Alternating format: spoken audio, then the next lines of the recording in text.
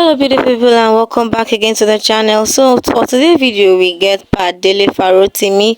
I dey like this man sha. They like how he dey interested in Nigerian issue and the way he dey analyze am. Today on say it is well want to say today on na DELE na Erufai, yes, so Erufai na him lambast for this video una dey see here. So I go let her make it play for una. But una see say even in lambasting wey him dey blast Erufai, is it for good or for bad? Make we hear am. He even go further to even call am devil sef. My people, e too much oh. Make we just listen to DELE FAROTIMI wetin him get to talk concerning Erufai, and I dey come back. Kaduna State's former governor, that's Erufai. His dumped APC moved to SDP recently. Shortly after that, he and former Vice President of Nigeria and PDP presidential candidate Atiku Abubakar held a press conference jointly about a coalition to unseat APC in 2037. Given their political history, how realistic is an alliance between Elrufai and Atiku? What are your thoughts? And if they are able to drag your friend Peter Obi into that alliance, where do you think this will go? Okay. The movement of Erufai from APC merely signals the beginning of the political transfer season. We're 2 years away from the pretense at an election. But I am saying it, and let it be on record and let it be clear.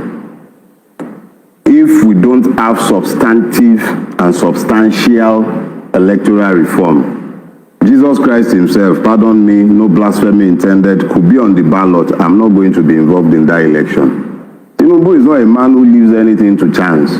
I warrant that the election result in 2027 is already written, if it is going to be based on what we currently have. So maybe he'll remove Yakubu and put someone else. They'll still do exactly what he cares for them to do. So unless people are saying they are forming coalitions where they are looking to turn the Nigerian into an empowered citizen whose vote would count, if Atiku and even Satan, and in any case, Erufai is not Satan, is just an odious person as far as I'm concerned. Even if Erufai leads a charge for electoral reform today, as much as I find this person objectionable, I will follow him in the path to changing this system. Without electoral reform, which consequentially turns the Nigerian into an empowered being who can vote for those he wants and reject those he does not want, 2027 is a waste of time. And if Peter Obi should find alliance with and Erufai, the question is this: that alliance, is it one that is found after Nigerians have become citizens where their votes will count? If it is one, I might look at the content of such an alliance without prejudice to the fact that I would expect that someone who has committed so many sins against the Nigerian people, especially the people of Southern Kaduna, like Erufai, will pay penance and take a back seat. I wouldn't expect him to be front and center and be allowing people to be reminded, because I don't know how anybody would expect the people of Southern Kaduna to be looking at an Erufai, even the people of the entire Middle Belt. I don't know how they will be able to stomach an Erufai in a political party where he has a prominent position.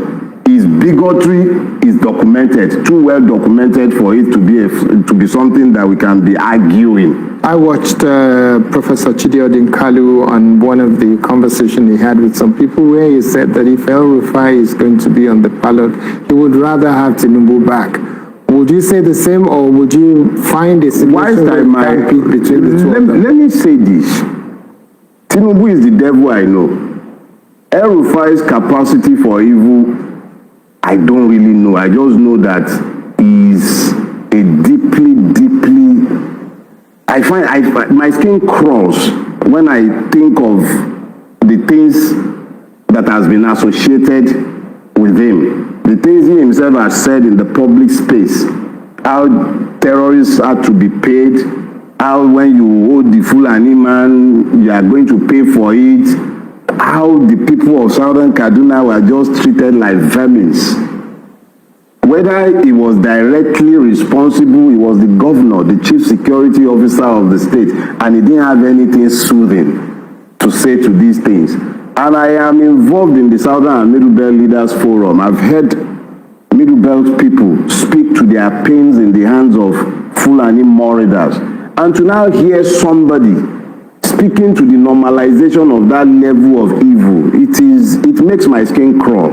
So I cannot argue against what Chidi Odinkalu said, although it's almost like asking which hand I would prefer to have chopped off. Because as between the two of them, the Nigerian people will find no salvation. Okay, so Erufai was a key figure in APC.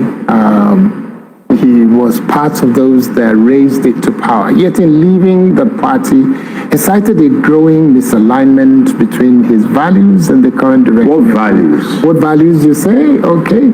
So he said that the ruling party as the primary reason for the decision. So what do you make of his justification in terms of values? Because when you look at the APC today, are there things that will make even somebody that you find despicable as much as you say about Elrufai? If he says there are values that are being trampled upon by APC, what say you to that? In February 2015, the piece that titled my first book, Do Not Die in Their War, was published. And I remember saying at the time that when I look at the high table at any gathering of the APC, I see all kinds of people who do not inspire any hope of a better future in me. This was in spite of the colorlessness of the Jonathan administration. Now, when Erufai is talking about values, question is, what values has the APC? None. Nigeria has been driven into the abyss in the last 10 years by the APC. Erufai cannot be divorced from the APC. Everything APC. Erufai is like a mother who is claiming that she has disowned her armed robber son. You bettered this child. You raised and nurtured the child. You taught it what it is doing. How do you turn around and say, the father can even turn around and be claiming that maybe some paternity test might prove that he's not the actual father. But the mother, how does she turn around and claim that she has disowned her child and is not responsible for the kind of creature that she has birthed?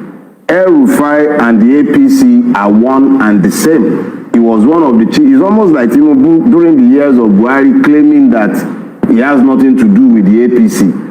That would be a most venal lie. Erufai and the APC, one and the same. He might now have found a Damascus Road conversion, and that's perfectly normal. Anybody can repent. So maybe he has repented, he has found reason to say that, okay, they were all wrong, but I haven't heard him apologize for the formation of that evil coalition. Alright, so my people, thank you so much for now watch up in this moment. Make una do well, make una like this video, and make una share una thoughts with me for all these things with this man DELE FAROTIMI talk concerning Erufai. She ain't dey alright, so he dey okay for now. Just help me share am for the comment section, and I will see you now for the next one. Bye for now.